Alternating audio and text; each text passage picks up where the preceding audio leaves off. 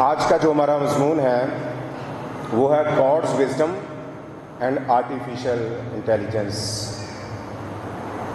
یعنی خدا کی حکمت اور مصنوعی ذہانت۔ اس پہ آج ہم بات کریں گے۔ آئیے بائبل مقدس کو کھولتے ہیں اور ایک حوالہ تلاوت کرتے ہیں، پھر ہم آگے بڑھیں گے۔ پہلا سلاطین اس کا 3 باب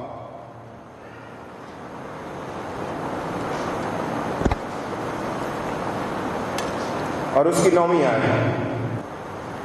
سو تو اپنے خادم کو اپنی قوم کا انصاف کرنے کے لیے سمجھنے والا دل عنایت کر، تاکہ میں برے اور بھلے میں امتیاز کر سکوں، کیونکہ تیری اس بڑی قوم کا انصاف کون کر سکتا ہے؟ اور یہ بات خداوند کو پسند آئی کہ سلیمان نے یہ چیز مانگی، اور خدا نے اسے کہا، چونکہ تو نے یہ چیز مانگی اور اپنے لیے عمر کی درازی کی درخواست نہ کی، اور نہ اپنے لیے دولت کا سوال کیا، اور نہ اپنے دشمنوں کی جان مانگی، بلکہ انصاف پسندی کے لیے تو نے اپنے واسطے عقل مندی کی درخواست کی، سو دیکھ میں نے تیری درخواست کے مطابق کیا۔ میں نے ایک عاقل اور سمجھنے والا دل تجھ کو بخشا، ایسا کہ تیری مانند نہ تو کوئی تجھ سے پہلے ہوا اور نہ کوئی تیرے بعد تجھ سے برپا ہوگا۔ اور میں نے تجھ کو کچھ اور بھی دیا جو تو نے نہیں مانگا، یعنی دولت اور عزت، ایسا کہ بادشاہوں میں تیری عمر بھر کوئی تیری مانند نہ ہوگا۔ مقدس کلام کے پڑھے اور سنے اور سمجھے اور قبول کیے جانے پر خدا کی برکت ہو، سب مل کے کہیں گے آمین۔ میرے عزیزو، میں نے آپ کو بتایا ہے کہ آج کا ہمارا مضمون ہے God's wisdom and artificial intelligence, یعنی خدا کی حکمت اور مصنوعی ذہانت۔ ہم سب سے پہلے غور کریں گے خدا کی حکمت کے بارے میں کہ خدا کی حکمت کیا ہے۔ حکمت کا مطلب ہے عقل مندی، فہم، درست راہ پر چلنا، اچھے فیصلے کرنا، خدا کا ڈر اور خوف اپنی زندگی میں رکھنا، سوچنے کی صلاحیت، اچھا سوچنے کی صلاحیت، فیصلہ سازی کرنے کی اچھی صلاحیت، اخلاقی شعور، تخلیقی سوچ، یہ خدا کی حکمت میں شامل ہیں، جس سے بھلائی اور نیکی پیدا ہوتی ہے۔ اور جس حوالہ کو ہم نے تلاوت کیا ہے، یہ سلیمان بادشاہ ایسا ایک بادشاہ گزرا ہے جس کو خدا خود آفر کرتا ہے کہ سلیمان مانگ میں تجھے کیا دوں۔ اور سلیمان کی جو خدا سے درخواست ہے، جو کچھ اس نے مانگا ہے، وہ بہت ہی دلچسپ بات ہے، اور اس کے اندر حکمت پائی جاتی ہے، اس کی درخواست کے اندر ہی حکمت پائی جاتی ہے۔ وہ خدا سے کہتا ہے کہ خدا مجھے ایک ایسا دل عنایت کر جس میں میں برے اور بھلے کی تمیز کر سکوں، اور میں تیری قوم کا انصاف، تیری قوم کی گلابانی، تیری قوم کو تیری راہ پر اس طرح سے لے کے چل سکوں جیسے تو چاہتا ہے۔ سلیمان نے یہ محسوس کیا کہ یہ قوم بہت بڑی ہے، یہ باغی بھی ہیں، یہ سرکش بھی ہیں، یہ نافرمان بھی ہو جاتے ہیں، یہ بت پرست بھی ہو جاتے ہیں، یہ خدا کو چھوڑ بھی دیتے ہیں۔ تو اب میری ذمہ داری ہے کہ میں کیسے ان کو خدا کی راہ پر، خدا کی مرضی کے مطابق لے کر چلتا رہوں۔ اور سلیمان کی یہ دعا جو ہے بہت قیمتی ہے۔ سلیمان کی دعا ہمیں یہ سکھاتی ہے کہ اصل کامیابی دولت اور طاقت اور اختیار میں نہیں ہے، بلکہ اصل کامیابی خدا کی طرف سے ملنے والی حکمت میں ہے، اس عقل میں ہے، اس دانائی میں ہے جو آسمان سے خدا کی طرف سے ملتی ہے، اصل کامیابی اس میں ہے، دولت میں نہیں ہے، شہرت میں نہیں ہے، طاقت میں نہیں ہے۔ سلیمان نے اپنی زندگی کے تجربے سے یہ بات ثابت کی ہے، بتائی ہے کہ اصل کامیابی ہمیں خدا کی طرف سے ملتی ہے۔ اصل کامیابی تب ملتی ہے جب خدا کی طرف سے عقل اور دانائی ملتی ہے، اور اس کے لیے بائبل مقدس میں بہت سارے حوالے موجود ہیں۔ اگر ہم امثال اس کے 30 باب کی 19ویں آیت کو پڑھیں تو امثال کی کتاب میں سلیمان یہی بادشاہ لکھتا ہے کہ خدا نے حکمت سے زمین کی بنیاد رکھی ہے۔ خدا نے حکمت کے ساتھ زمین کی بنیاد رکھی ہے۔ اور پھر امثال 9 باب کی 10ویں آیت میں خدا کا خادم سلیمان کہتا ہے کہ خدا کا خوف حکمت کا شروع ہے۔ حکمت کی ابتدا اس بات سے ہے کہ خدا کا خوف ہمارے دلوں میں ہے۔ خدا کا خوف کیسے ہو سکتا ہے؟ ڈرتے رہنا، تھر تھراتے رہنا، کانپتے رہنا۔ جیسے کبھی کبھی اس بات کی تشریح اس طرح سے بھی کی جاتی ہے، لوگ کرتے ہیں، جب لکھا ہے کہ تو جب خدا کے گھر میں جاتا ہے تو تھر تھراتے ہوئے، کانپتے ہوئے اس کی حضوری میں جانا۔ اس کا مطلب یہ نہیں ہے کہ کانپتے ہوئے جانا ہے، اس کا مطلب ہے انگلش میں ود گریٹ ریسپیکٹ، کہ بڑی تعظیم اور عزت کے ساتھ خدا کی حضوری میں جانا۔ تو خدا کا خوف جو ہے وہ حکمت کا شروع ہے۔ اور مقدس یعقوب نے اپنے خط میں بڑی خوبصورت بات کہی ہے۔ اس نے کہا ہے کہ اگر کسی میں حکمت کی کمی ہو تو وہ کس سے مانگے؟ خدا سے مانگے۔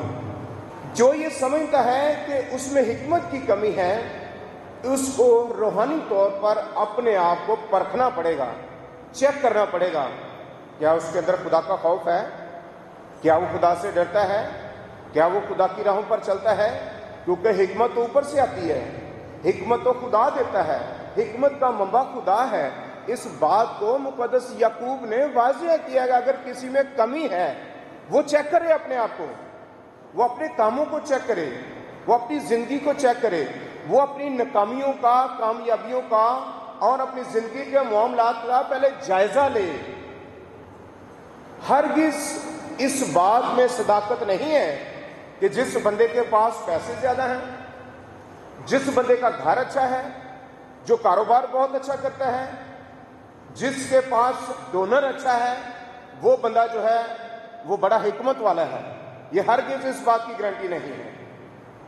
حکمت جو ہے یہ خدا کی طرف سے آسمان سے ملتی ہے، اور اس کے لیے مانگنا پڑتا ہے کہ خدا تو مجھے حکمت دے، مجھے کیا دے؟ حکمت دے۔ اور سلیمان کی زندگی اس بات کے لیے ہمارے سامنے ایک نمونہ ہے کہ خدا نے اس کو آفر کی۔ وہ مانگ سکتا تھا، وہ دولت مانگ سکتا تھا، وہ شہرت مانگ سکتا تھا، وہ یہ کہہ سکتا تھا کہ میرے دشمن ہمیشہ مجھ سے ڈرتے رہے اور میرا پوری دنیا کے اوپر اثر و رسوخ ہو کہ سلیمان بھی کوئی بادشاہ تھا۔ اس نے یہ نہیں مانگا، اس نے بڑی ہی عقل مندی سے خدا کی حضوری سے حکمت مانگی ہے کہ خدا تو مجھے حکمت دے، مجھے اپنا ڈر اور خوف دے، مجھے اپنی دانائی بخش دے، مجھے اپنا فہم بخش دے۔ یہ بات سلیمان نے خدا سے مانگی، اور اس وجہ سے خدا کا دل اس بات سے خوش ہوا، اور خدا نے کہا کہ چونکہ تو نے حکمت مانگی ہے۔ اب دیکھیں اس کے اندر کتنا بڑا لاجک ہے کہ خدا کو خوش کرنے کے لیے اس نے وہ بات کی ہے جس کے اندر اس کے دل کی صفائی اور صداقت نظر آتی ہے کہ وہ خدا سے حکمت مانگ رہا ہے۔ اور حکمت مانگنے کا مقصد کیا ہے؟ نیک ہے۔ حکمت مانگے لیکن ارادہ کیا ہونا چاہیے؟ نیک ہونا چاہیے۔ اگر اس کے پیچھے سوچ غلط ہے، ارادے نیک نہیں ہیں، سچائی نہیں ہے، دوسروں کی بھلائی نہیں ہے، محبت نہیں ہے، تو پھر آپ کو حکمت نہیں ملے گی۔ حکمت مانگے لیکن ارادے نیک اور پاک ہونے چاہیے، اور سلیمان نے یہ کام کیا۔ ابھی کچھ ہی وقت اس کو بادشاہ بنے ہوئے گزرا تھا، اس کے پاس 2 بچوں کا کیس آ گیا، بڑا خطرناک سا۔ اس نے کہا یہ مشکل کام نہیں ہے، لائیں میں ابھی فیصلہ کر دیتا ہوں ایسے۔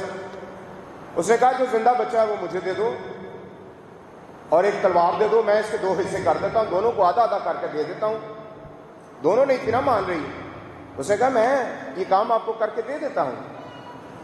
تو جس عورت کا بچہ حقیقت میں تھا وہ چلانے لگی کہ نہیں بادشاہ سلامت، آپ اس کو قتل نہ کریں، اس کے 2 حصے نہ کریں، یہ بچہ اس کو دے دیں تاکہ جیتا تو رہے۔ تو دوسری کیا کرنے لگی، نہیں اس کے 2 ٹکڑے کریں، آدھا مجھے دے دیں آدھا اس کو دے دیں۔ تو سلیمان نے کہا جو کہہ رہی ہے نا اس کے 2 ٹکڑے کریں، یہ اس کا بچہ نہیں ہے، یہ اس عورت کا بچہ ہے جو کہہ رہی ہے کہ بادشاہ سلامت اسے جیتا چھوڑے۔ اور اس فیصلے کے سبب سے سلیمان کا جو ہے خوف لوگوں پر چھا گیا، اس کی عزت بڑی کہ بادشاہ بڑا حکمت والا ہے۔ لیکن حقیقت میں اس کو حکمت کہاں سے ملی تھی؟ خدا سے ملی تھی۔ عزیزو، ہمیں بہت دفعہ اپنی خاندانی زندگی کے اندر ناکامیاں ہوتی ہیں، مایوسیاں ہوتی ہیں، کاروبار رک جاتے ہیں، برکتیں رک جاتی ہیں، لڑائی جھگڑے ختم نہیں ہوتے، چیلنجز ختم نہیں ہوتے۔ یہ بات مردوں کے لیے بھی ہے، یہ بات عورتوں کے لیے بھی ہے کہ گھر کا نظام جو ہے وہ بگڑ جاتا ہے اور پریشانی بڑھ جاتی ہے اور ہم سوچتے ہیں کہ اب کیا کریں۔ تو سوچنا پڑے گا کہ ایسے میں کوئی تو معاملہ ہے، شاید ہم خدا کے ڈر اور خوف میں نہیں ہیں کیونکہ خداوند کا خوف حکمت کا شروع ہے۔ شاید ہم اپنی من مرضی کرتے ہیں ہر بات میں، شاید اس لیے ہمارے گھر میں بگاڑ ہے، اس لیے ہمارے کاروبار کی حالت بری ہے، اس لیے ہماری فیکٹری کے اندر، دفتر کے اندر، ادارے کے اندر، اسکول کے اندر، چرچ مینجمنٹ کے اندر گڑبڑ چل رہی ہے، کیونکہ ہم خدا کے خوف کو نہیں مانتے ہیں، ہم خدا کی حکمت کو خدا سے نہیں مانتے ہیں۔ لیکن ضرورت اس چیز کی ہے، چونکہ ہم سب انسان ہیں، ہم سے غلطیاں ہوتی ہیں، ضرورت اس چیز کی ہے کہ ہم خدا سے مانگیں کہ خدا تو مجھے اپنی حکمت دے۔ خدا کی حکمت کے اندر سے جو چیزیں پھر ظاہر ہوتی ہیں اس سے خدا کا جلال ظاہر ہوتا ہے۔ اگر یہ چیزیں نہیں ہوتی ہیں تو پھر اس کا مطلب ہے کہ وہ حکمت جو ہمیں ملی ہے وہ ہمیں خدا کی طرف سے نہیں ملی، وہ ہمیں کسی دوسرے سے ملی ہے، اور ابلیس کے پاس بھی بڑی حکمت ہے، ہو سکتا ہے اس سے ملی ہے۔ اس میں معاملات میں بگاڑ پیدا ہوتا ہے، وقتی طور پر ہو سکتا ہے، وقتی طور پر بہتری نظر آ سکتی ہے، لیکن اس میں بگاڑ ہوتا ہے۔ اور اسی لیے عزیزو ضرورت اس چیز کی ہے کہ ہم اپنے معاملات کو بہتر، اچھے اور خدا کی مرضی کے مطابق کرنے کے لیے خدا سے حکمت مانگیں۔ لیکن جو انسانوں کی حکمت ہے وہ غلط ہو جاتی ہے، کیونکہ انسانوں کی حکمت جو ہے وہ خدا کی حکمت کے بالکل برعکس ہے۔ امثال لکھا ہے کہ خدا کا خوف حکمت کی ترتیب اور سرفرازی سے پہلے فروتنی ہے۔ اگر کوئی سرفراز ہونا چاہتا ہے تو اس سے پہلے فروتنی ہے، اور اگر کوئی یہ کرتا ہے تو اس میں خدا کی حکمت ہے۔ ہر کوئی سرفراز ہونا چاہتا ہے نا، تو سرفراز ہونے سے پہلے فروتنی کو حاصل کرنا ہے، اس میں خدا کی حکمت ہے۔ اور پھر امثال 16:16 میں لکھا ہے حکمت کا حصول سونے سے بہتر اور فہم کا حاصل چاندی سے بہت پسندیدہ ہے۔ کیا سمجھے؟ حکمت کا حصول سونے سے بہتر ہے اور چاندی کو حاصل کرنا، فہم جو ہے وہ چاندی سے بہتر ہے۔ اس لیے سلیمان نے یہ باتیں جو ہیں، جو امثال کی کتاب لکھی ہے، اس کو حکمت کی کتاب کہا گیا ہے۔ لیکن سائنس نے بڑی ترقی کی ہے، اس میں بہت ساری ایسی چیزیں سامنے آئی جس میں انسان نے کوشش کی ہے کہ وہ خدا کی حکمت کی نقل کرے اور خدا جیسے کام کر کے دکھانے کی کوشش کرے، خدا جیسی حکمت کو ظاہر کرنے کی کوشش کرے۔ انسان نے سائنس کے ذریعے سے اس میں بہت زیادہ ترقی کی ہے۔ پہلا کرنتھیوس کے 3 باب کی 19ویں آیت کو پڑھیں تو وہاں پر بھی ہمیں ایک حکمت نظر آتی ہے۔ وہاں پر وہ حکمت ہے جو ابلیس کی طرف سے ملتی ہے۔ بائبل کہتی ہے، پہلا کرنتھیوس پہلے باب کی 17ویں-18ویں آیت، کہ صلیب کا پیغام ہلاک ہونے والوں کے نزدیک تو بیوقوفی ہے۔ اس کی وجہ یہ ہے کہ وہاں پر جو دو طرح کے لوگ ہیں، یہودی ہیں، یونانی ہیں. ایک جو ہے وہ یہودی نشان چاہتے تھے اور یونانی حکمت تلاش کرتے تھے. وہ کون سی حکمت تلاش کرتے تھے؟ وہ ابلیسی سوچ کے نیچے رہنے کے سبب سے، صلیب کو پیغام کو نہ سمجھنے کے سبب سے، وہ اپنی عقل کو استعمال کرتے ہوئے، اپنے فلسفے کو استعمال کرتے ہوئے وہ کیا کرتے تھے؟ وہ حکمت کی بات تلاش کر رہے تھے کہ اس میں کوئی حکمت نظر نہیں آتی ہے کہ صلیب پر کوئی مر کے نجات دہندہ ہو، اور وہ بھی پوری دنیا کا. اس بات کو سمجھنے کے لیے آسمانی حکمت کی ضرورت تھی، اس لیے یہ لوگ فیل ہوئے اور انہوں نے خدا کی حکمت کو بیوقوفی قرار دیا. لیکن جنہوں نے اس کو سمجھ لیا انہوں نے کیا کیا؟ یسوع مسیح کو پا لیا. کیونکہ کولوسیوں دوسرے باب کی 30 آیت کہتی ہے کہ حکمت کے سب خزانے ہمارے خداوند یسوع مسیح میں پوشیدہ ہیں. تو اس کا مطلب ہے کہ جس نے یسوع کو پا لیا اس نے حکمت کو پا لیا. جس نے یسوع کو پا لیا اس نے دنیا کے خزانے پا لیے. کیونکہ یسوع حکمت ہے، یسوع خزانوں کا مالک ہے، یسوع پوری کائنات کا مالک ہے. اور اسی لیے یہودی نشان ڈھونڈتے رہے اور یونانی جو ہے وہ حکمت تلاش کرتے رہے، اور انہوں نے صلیب کے پیغام کو قبول ہی نہیں کیا. صلیب کا پیغام قبول ہی اس طرح سے ہو سکتا تھا کہ ان کو آسمانی حکمت اور عقل جو ہے وہ مانگی ہوتی اور وہ ملی ہوتی تو وہ صلیب کے پیغام کو پا لیتے، کیونکہ یسوع سب خزانوں کا مالک ہے. آپ کو یاد ہوگا کہ جو زکئی تھا اس کی زندگی بڑی بابرکت ہے. جب اس نے یسوع مسیح کو پا لیا، کیونکہ ہم نے ابھی کلسی دوسرے باب کی 30 آیت میں پڑھا نا کہ حکمت کے سب خزانے یسوع مسیح میں پوشیدہ ہیں. تو اس نے کس کو پا لیا تھا؟ زکئی نے کس کو پایا تھا؟ یسوع مسیح کو پا لیا تھا. تو وہ امیر شخص تھا کیونکہ وہ چیف ٹیکس کلیکٹر تھا، وہ مسول کی چنگی پر بیٹھتا تھا، روپیہ پیسہ کماتا تھا، اور اس سبب سے اس کے پاس بڑی دولت تھی. لیکن جیسے یسوع نے کہا کہ آج زکئی مجھے تیرے گھر میں جانا ہے، تو وہ کیا ہوا؟ خوش ہو گیا. لیکن جیسے یسوع اس کے گھر گیا تو یسوع نے کہا آج اس گھر میں نجات آئی ہے. یعنی اس کا مطلب ہے کہ آج اس گھر میں حکمت آئی ہے، اس گھر کے اندر یسوع آیا ہے، یسوع نجات ہے، یسوع میں حکمت کے خزانے ہیں. اس لیے اس نے اپنی ساری دولت جو ہے نکال لی. اس نے کہا میں اپنا آدھا مال غریبوں کو دیتا ہوں، اور اگر کسی کا ناحق لیے ہے تو اسے 4 گنا ادا کرتا ہوں. کیونکہ اس نے یسوع کو پا لیا اور حکمت کے سارے خزانے جو ہیں وہ یسوع مسیح میں پوشیدہ ہیں. اس لیے عزیزو ہمیں خدا سے حکمت مانگنے کی ضرورت ہے. ابھی میں نے شروع میں آپ کو بتایا تھا مصنوعی ذہانت. مجھے اندازہ ہے کہ شاید سب کو تو مصنوعی ذہانت یا آرٹیفیشل انٹیلیجنس جو ہے اس کا اندازہ زیادہ نہ ہو. اور آج کل کی جو ٹیکنالوجی سب سے پیک پر ہے وہ اے آئی ہے، اور آگے اس کی بہت ساری برانچز ہیں. آرٹیفیشل انٹیلیجنس یعنی مصنوعی ذہانت. ہم آج دیکھیں گے کہ مصنوعی ذہانت کیا ہے، اس کے استعمال کا فائدہ ہے یا نقصان ہے. اگر فائدہ ہے تو کیا ہے، نقصان ہے تو کیا ہے. سب سے پہلے مصنوعی ذہانت جو ہے اس کو سمجھیں کہ مصنوعی ذہانت جو ہے یہ خدا کی حکمت کی نقل ہے. اس میں انسان کے سیکھنے، سمجھنے، فیصلہ کرنے کی صلاحیت، نئی سوچ اور جدید چیزیں سامنے لانے کی صلاحیت ہے. اور یہ جو ہے یہ ایک مشینی کام ہے، کمپیوٹر کا کام ہے، اور سافٹ ویئر کے ذریعے سے ایسے کاموں کو ممکن بنایا جاتا ہے کہ تھوڑے وقت میں بہت سارا کام کرنا اور تیزی کے ساتھ کرنا اور نئی نئی چیزیں ایجاد کرنا.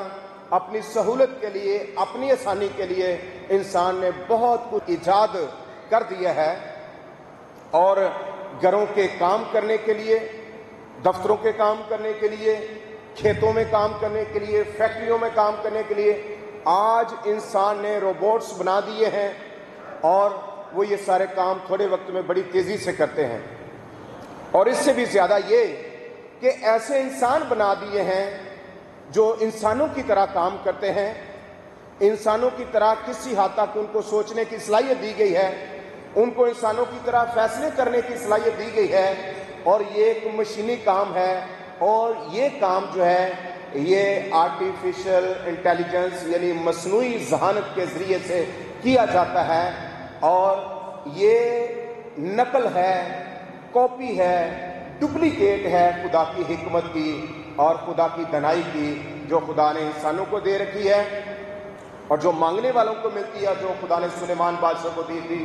یہ آرٹیفیشل انٹیلیجنس جو ہے یہ خدا کی حکمت کی کاپی ہے، اور خدا کی حکمت میں اور مصنوعی ذہانت میں بڑا فرق ہے، کیونکہ مصنوعی ذہانت جو ہے یہ انسان کی تخلیق ہے۔ کس کی تخلیق ہے؟ انسان کی تخلیق ہے، اس لیے مصنوعی ذہانت محدود ہے، لیکن خدا کی ذہانت، خدا کی عقل، خدا کی حکمت محدود نہیں ہے، کیونکہ جیسے انسان محدود ہے اسی طرح جو آرٹیفیشل انٹیلیجنس جو ہے یہ انسان کی ایجاد ہے، یہ بھی محدود ہے، کیونکہ اس کے اندر جذبات نہیں ہوتے۔ مصنوعی ذہانت میں جذبات نہیں ہوتے، اس میں اخلاق نہیں ہوتا، اس میں محبت نہیں ہوتی، اس میں روحانیت نہیں ہوتی، اس میں نئی نئی چیزوں کو ایجاد کرنے کی صلاحیت نہیں ہوتی، اس کے اندر اخلاقی شعور نہیں ہوتا ہے۔ کس کے اندر؟ آرٹیفیشل انٹیلیجنس کے اندر، جو خدا کی نقل کی ہے نا انسان نے ذہانت میں، اس کے اندر یہ چیزیں نہیں ہوتی ہیں، اس لیے یہ محدود ہے۔ اور مصنوعی ذہانت جو ہے ایک مفید اور طاقتور ایجاد ضرور ہے، لیکن اس کے پیچھے ابلیسی سوچ بھی ہو سکتی ہے اور انسان کی اپنی عقل بھی ہو سکتی ہے، یعنی یہ خدا کی دی ہوئی عقل کی آگے ایک ریسرچ ہے، ایک ایجاد ہے جو خدا نے عقل دی ہے، انسان نے اس کو لے کر ایک اور سمت میں اس کو استعمال کرنا شروع کر دیا۔ اور یہ جو مصنوعی ذہانت ہے یہ خدا کی حکمت کا کبھی بھی نعم البدل نہیں ہو سکتی، روزمرہ کے کاموں کو آسان بنا سکتی ہے، لیکن ہماری زندگیوں کو، ہماری بامقصد زندگیوں کو وہ حکمت نہیں دے سکتی جو خدا کی حکمت ہمیں دیتی ہے۔ اور اگر اسی حکمت کے اندر، اگر آرٹیفیشل انٹیلیجنس کے ذریعے سے اگر انسان انصاف کرے، اس کی نیت صاف ہو، وہ بھلائی کے ارادے سے کام کرے اور وہ بہت سارے لوگوں کے لیے برکت کا وسیلہ ہو، تو یہ جو آرٹیفیشل انٹیلیجنس ہے یہ خدا کی ایک نعمت ہو سکتی ہے۔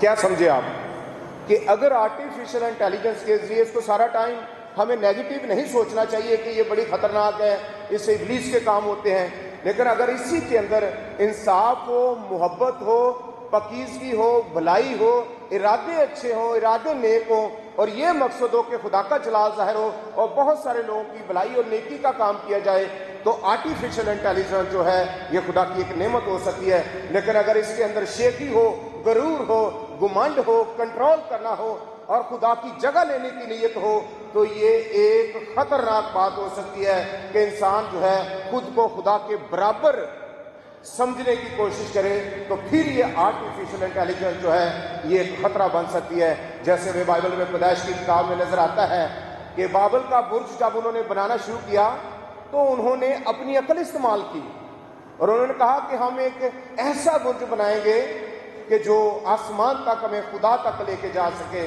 اور بابل کا برج جو ہے وہ پتہ چلتا ہے کہ انہوں نے اپنی عقل کو غلط استعمال کیا خدا کا مقابلہ کرنے کے لیے، ان کے اندر غرور اور گھمنڈ آ گیا اور اس سبب سے خدا ان سے ناراض ہوا۔ ایک اور اس کا بڑا خطرہ ہو سکتا ہے، اور وہ خطرہ یہ ہے کہ نقلی انسان بنانا۔